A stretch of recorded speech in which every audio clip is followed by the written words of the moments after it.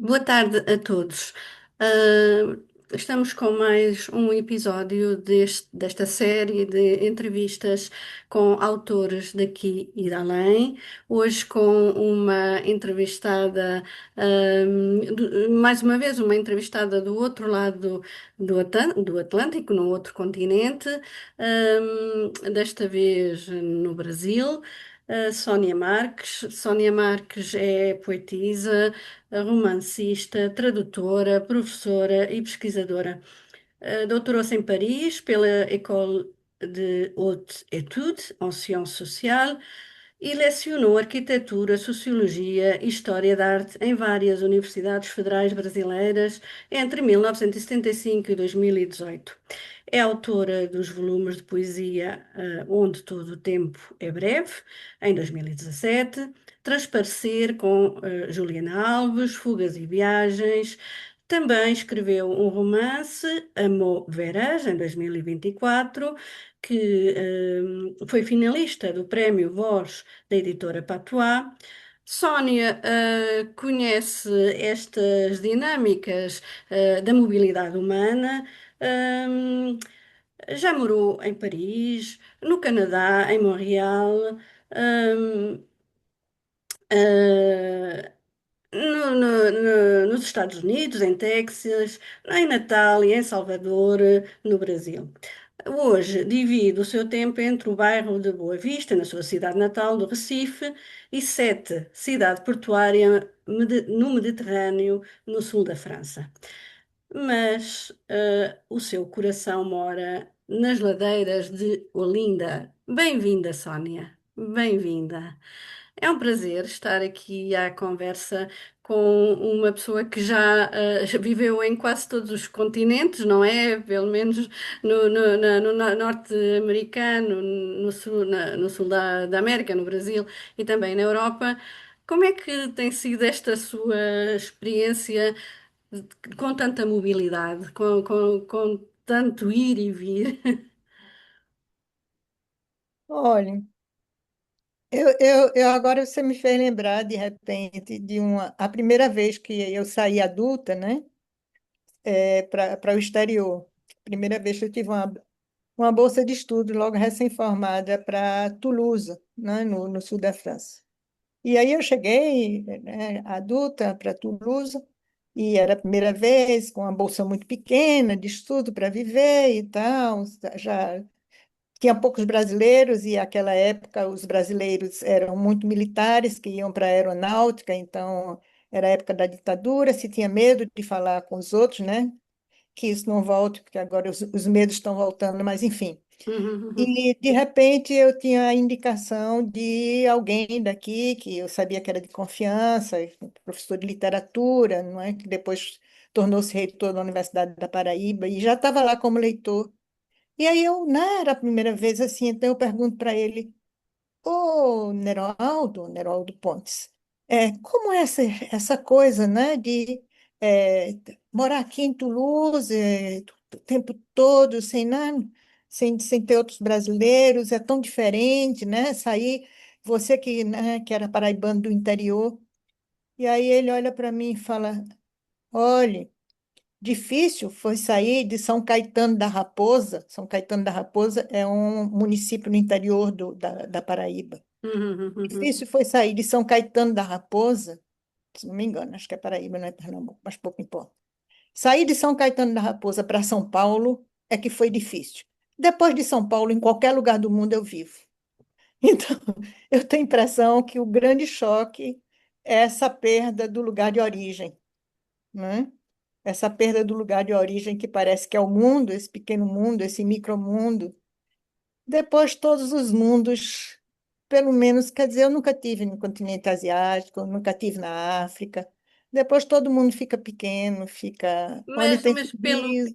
pelo que a Sónia diz aqui na sua bibliografia, nunca perdeu o lugar de origem, não é? Porque diz, mas É, o meu coração mora nas ladeiras de Olinda. Suponho que Olinda seja o lugar onde nasceu. é. É o lugar, não, o lugar onde eu nasci, nem sei, porque o registro é no cartório aqui, né? Então eu suponho, na minha cabeça, eu suponho que minha mãe estava em Olinda, mas que a maternidade era no Recife, o cartório era no Recife, enfim, mas as referências boas, mais longínquas, as referências afetivas e ainda hoje. E a de Olinda a gente se constrói sob imaginário, né? Porque quando a gente volta lá, a gente não vê o que está lá, a gente vê o que foi perdido, a gente vê o que passou, né? Eu vou para Olinda, Ah, vejo a Olinda antiga que não está mais lá, mesmo que ela esteja diante dos meus olhos. tem aqui um poema neste seu mais recente livro, o mais curto corte, editado pela Oxalá em 2025, este ano, e que vai de encontro a isso que está a dizer. Saudade boa tem quem não partiu no exílio, saudade amarga, é carga sem descarrego, é ausência que não larga. É, Vai muito de encontro a isso que é, está a dizer, não é? é. Estamos então aqui também por causa deste livro, que foi editado pela Oxalá Editora. Como é que, enfim, vive dividida entre várias cidades e uma delas é Toulouse, na França. Portanto, Já não. Foi. Toulouse foi a primeira, já não vivo em Toulouse. já não vive. Peço Não, desculpa. não. Isso Então agora, descobri a adulta França morando em Toulouse como estudante. ok. Portanto, mas agora quando vai à França, fica em que cidade? Vou sempre assim, como foi agora, né? 6 meses no verão, Sim. chego pela Bretanha, em Rennes, Rennes, ok, ok. onde meu marido tem casa, e assim que podemos, descemos para Sete, que é onde temos uma casa comum. Então, Ah, passamos mais tempo em Sete, né? a minha pergunta foi que, suponho que tenha sido o primeiro livro que editou na Europa, não é? Foi. Ah, como é que foi esta experiência de editar um livro numa editora na Europa? Há algumas diferenças entre as editoras na Europa ou no Brasil? Como é que foi este procedimento de edição? Como é que tudo, o que é que achou? O que é que pensa? Eu não sei se a editora, a Oxalá me parece, né? Tem duas coisas. Uma é o termo da diáspora, né? É o tema, exato. O termo Quer da dizer, na diáspora volta dessas temáticas, sim. que eu acho que tinha. E tem uma imagem que eu acho muito bonita, né? Que é o livro aberto que diz um lugar onde eu existo longínqua. Uhum. Então, isso me parece que essa editora é minha casa, porque é um lugar onde eu vivo longínquo, quando eu tenho uma existência longínqua, né? E ali eu tenho uma Uhum. existência que é a ideia de um português que é compartilhado, né? Uma língua que é compartilhada, e por mais que eu tenha uma fluência bilíngue, nacionalidade e tudo, e eu escrevo a poesia em francês, mas não é o português, não é outra coisa. Não Português é, é a nossa história, é a nossa identidade, não é? então, não passa. Mas, enfim, eu cheguei pelas mãos do Luciano Caetano, que já foi em Rena, uma amiga, quando me leu, disse: eu queria que o Luciano desse uma opinião sobre os seus escritos. E daí eu conversando com o Luciano, ela passou meus escritos, conversando com o Luciano, e eu estava a escrever um livro bilíngue em francês e português. E aí o Luciano disse, por que tem que ser bilíngue? Por que você insiste em escrever em francês? Escreva em português. Aí eu falei, tá certo, vou escrever um livro e mandar para você. Aí quando eu mandei, ele falou, olha, eu conheço o Mário da Oxalá, quem sabe escreva um prefácio e a gente publica. Foi assim que eu descobri a Oxalá. Então, assim, as experiências que eu tinha de editoras aqui era ou a editora de Pernambuco, que é uma grande editora, mas é uma editora oficial, né, do estado de Pernambuco, ou editoras pequenas. Eu não posso falar de uma experiência editorial grande, não posso fazer comparação. Eu só posso fazer comparação do que eu vivi. E a Uhum. Oxalá, até o nome, né? Até o nome, né? O nome Até o nome é uma Oxalá. coisa de esperança e de acolha, né? De acolhimento. E é muito, tem esta ideia de espiritualidade, esta, É, enfim, transporta-nos para um é, outro, um sentido de esperança, não é? pois é. Eh, então, no que diz respeito a este livro, o mais curto corte, o prefaciador, o Luciano Caetano das Rosas, penso que seja um linguista ou um especialista em literatura, pelo que sei, Filólogo. filólogo, exatamente. Ele fez um prefácio muito interessante, e também muito académico, com uma análise literária, temática e também do ponto de vista da semântica, e está aqui realmente uma análise, um prefácio muito rico, não é? Com uma grande análise dos poemas. Mas transporta-nos para esta dimensão da poesia da Sónia, que é uma dimensão muito musical, muito, para além dos poemas serem muito minimalistas, mas que dizem imenso, não é? Parece que a Sónia andou ali a tirar a essência, a exprimir, não é? O sentido da palavra e do conceito.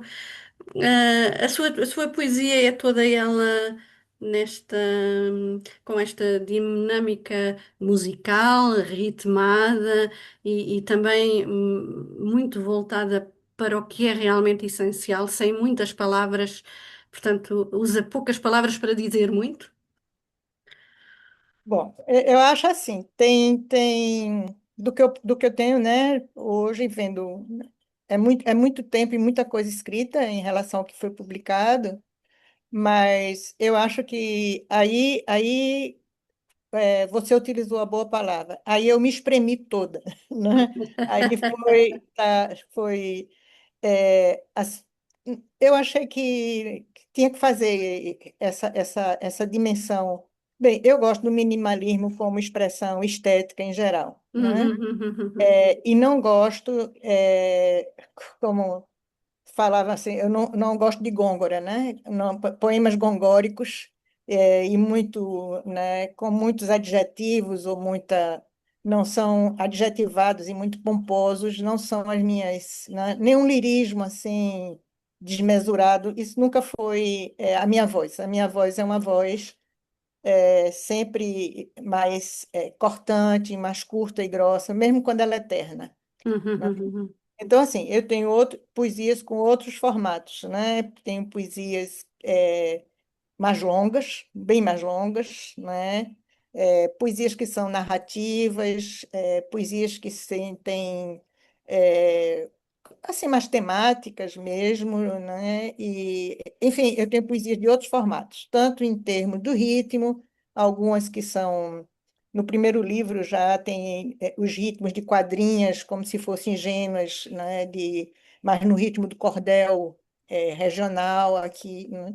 Então, os formatos mudam, eu acho que elas acompanham, o formato acompanha sempre um certo conteúdo, né? Se eu estou falando de um tema que seja, o que dizer, alguma coisa mais política, ou indignação mais política, ou alguma coisa. Poemas de é, intervenção, não é? Poemas mais interventivos, é isso. Tem assim, sem nunca. Eu nunca tenho a ideia de que tenho que passar uma mensagem. Não, Hum. eu não tenho mensagem para passar. Acho que Ah. mensagem.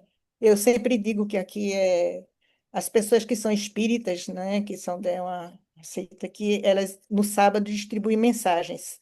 Em geral, Uhum. que foi um espírito que mandou psicografar, né? Mas eu Uhum. não tenho mensagem para passar nenhuma. As coisas me vêm e eu tento trabalhar muita forma, né? Uhum. Trabalhar o ritmo, trabalhar o que é. E aí mas há uma relação. Há poemas que são mais irônicos, né? Dizem que sempre há um lado crítico e irônico que faz parte da minha voz, né? E Uhum. sempre vai. Este livro, está dividido, em dois capítulos. O segundo capítulo tem muito esta marca da mobilidade, do exílio. Essa palavra aparece aqui muitas vezes, em muitos poemas, e sempre com contextos diferentes e com uma linguagem semântica, com uma mensagem semântica diferente, mas sempre muito voltada para esta questão da distância e da ausência. Eu tenho agora aqui um poema, é o Êxodo. É exílio, não pode ser êxodo, não há escolha. Mas, e se for só uma primeira folha de um livro a ser composto em terra alheia? Eu acho isto tão bonito, porque quem está fora do país e quem sente o contacto com o outro, sente isto tão profundamente, não é? Foi vontade própria também falar, escrever um bocadinho sobre esta temática do exílio e da ausência e da distância. Olha, eu acho que eu tive uma vida um pouco marcada por isso. Estávamos a falar de Toulouse, não é? Uhum, Quando eu cheguei em Toulouse, eu assisti à chegada, dos chilenos por conta do golpe de Allende e assisti à partida dos portugueses por conta da Revolução dos Cravos, uhum, os que chegavam e os que partiam. Então, em redor de mim, eu sempre vivi essa. Aquilo me perturbou, porque normalmente era o círculo de amigos que eu tinha, pois que eram as pessoas que tinham uma certa postura diante da vida, não é? Que por uma razão ou outra criava essa mobilidade, ou da volta dos escravos, ou, né, do exílio dos chilenos. E o ter que ser obrigada a partir ou a deixar foi uma coisa que sempre me acompanhou, né? Eu tinha vários colegas de movimento estudantil e que foram obrigados a partir do Brasil, né? Sem falar dos outros que partiram porque de maneira mais violenta.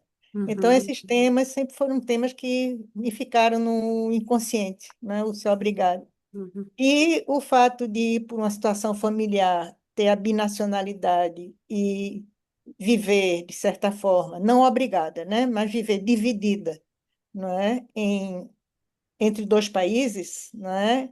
Também o fato de meus filhos não terem partido para outros países, né? Então, me deu essa dimensão de várias diásporas e várias maneiras de ausências.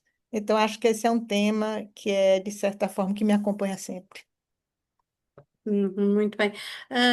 Sei que o livro vai sair agora em breve no Brasil. O que é que, quais são as expectativas que tem? Uh, o que é que acha que se vai, enfim, fala-me um bocadinho da sua experiência de... Ai, São Gonçalves, eu acho, eu li você, né? Quando a gente escreve, a gente quer ser lido também, né? Mas é, eu acho que tem um hiato aí, ou um fosso, entre o escrever como uma compulsão. Na hora da escrita, a gente não pensa que vai ser lida. Na hora da escrita é aquilo, né? E como eu disse, eu nunca penso na mensagem, né? O que está a acontecer aqui no Brasil, eu nunca penso, vou escrever sobre isso. Eu não sou jornalista, né? Então, assim, a escrita é outra coisa, que vem de uma outra urgência, né? A Vem de uma outra poesia, urgência. sobretudo, a poesia, não é? A poesia vem de uma urgência interior, né? Que a gente é uma coisa assim, eu acho que é visceral, impactante, né? Assim, até no corpo mesmo quando ela vem. Agora a gente quer ser lido, né? Então, assim, algumas coisas com o tempo a gente poesia é um terreno muito como um pântano, né? É um terreno muito viscoso, porque a ideia que as pessoas têm da poesia é uma ideia muito lírica, às vezes, não é? De uma certa leitura. Então, alguns amigos já me disseram: Ah, olha, eu assim não compreendo seu mundo. Hum. Ou, né, alguns amigos chilenos, eu disse assim, ou aquela pior coisa que podem te perguntar, né? Não sei você, como poeta, mas a pior coisa é perguntar: o que é que você quis dizer? Eu não sei o que eu quis dizer, eu disse. Então, eu não sei, depois pode. E tem aquelas outras surpresas também que são maravilhosas, quando uma pessoa lê e, e lê uma coisa completamente diferente do que Aquilo que eu escrevemos, jamais tinha não é? pensado. Aquilo que escrevemos. E às vezes de uma maneira muito rica, né? E que eu descubro. Então, eu acho que essa partilha, não é? Bom, tem certas, digamos, pautas de sensibilidade, não é? De pessoas que disseram, ah, mas eu não gostei, e eu confesso que eu digo ainda bem, porque infelizmente, mas eu aprendi com Jorge Sena, né? Que foi uma descoberta para mim também quando eu estava em Toulouse, que tem um poema dele que ele diz: Deixa florescer todas as flores, deixa florescer todas as flores. Mas a pessoa que tem uma sensibilidade, com todo respeito para os haikus ou haikais das cerejeiras japonesas que tem todo ano, eu não tenho essa sensibilidade, né? A minha floresta Mas tropical, olha que os seus poemas têm aqui uma influência muito do Haikai. Estes eles são poemas curtos. curtos, estes poemas concisos, não é? Eles são curtos na forma, mas eles são cortantes, né? Eles não são Uhum. contemplativos de uma natureza. Então, eu quero dizer assim, a sensibilidades assim de que eu não espero que possam apreciar. Ou às vezes a gente aprecia o diferente. Eu não sei. Eu não tenho essa expectativa. Eu quero ouvir, quero aprender. Hum. Ahm, o nosso tempo está a acabar. Foi realmente um gosto falar com a Sónia e de ouvir essa sua, esse seu olhar e como é que diz sobre a poesia, o que é que parecia poesia. Fiquei bastante uh, sensibilizada, porque de facto muitas vezes escrevemos e sai-nos nas entranhas, não é? E muitas vezes nem nós sabemos muito bem como é que aquelas palavras, às vezes, o que sabemos é que aquelas palavras vão dizer coisas que não conseguimos dizer de outra forma, a não ser Sim, numa linguagem poética. isso, isso, isso, E isso isso. é quem escreve, é essa a ideia que eu tenho quando me ponho a escrever, é que eu não sei dizer aquele sentimento, aquela emoção, aquela vivência, ou até uma história que eu ouvi de alguém, de outra forma, a não ser com esta linguagem, a não ser com este género literário. E depois cada um interpretará aquelas palavras também com a sua vivência e com a sua experiência, não é? Para acabar, eu vou ler aqui um poema. Agradeço, Sónia, imenso este seu tempinho, de sábado ao fim de Eu tarde, que aí agradeço. penso que é à tarde, não é? Eu vou ler então, este poema que eu acho que faz todo o sentido nos tempos em que vivemos. Partidas. Os vivos carregam os mortos, ou os mortos carregam os vivos. Ou nos intercarregamos uns e outros nesse viver mais do que transitivo. Estamos todos morrendo, não é verdade? É o que fazemos desde o berço. Terço algum pode salvar a humanidade. É muito bonito isto. Muito obrigada, a Eu Sónia, que mais uma agradeço. vez. A todos, cá estaremos, para um outro episódio. Sigam-nos no YouTube, do canal da Oxalá, na página do Facebook e cá estaremos numa próxima entrevista com outro convidado. Muito obrigada.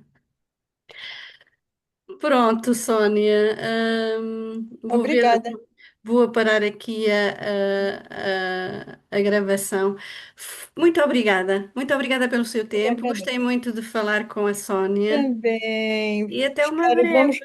vamos continuar a trocar e a nos lermos reciprocamente. Pois, agora também já estamos aqui no WhatsApp, vamos Isso, acompanhando. isso. Muito Muito obrigada. obrigada. Até à Um bom fim de próxima, semana. Sónia, e Até um a bom fim de próxima. semana também. Obrigada.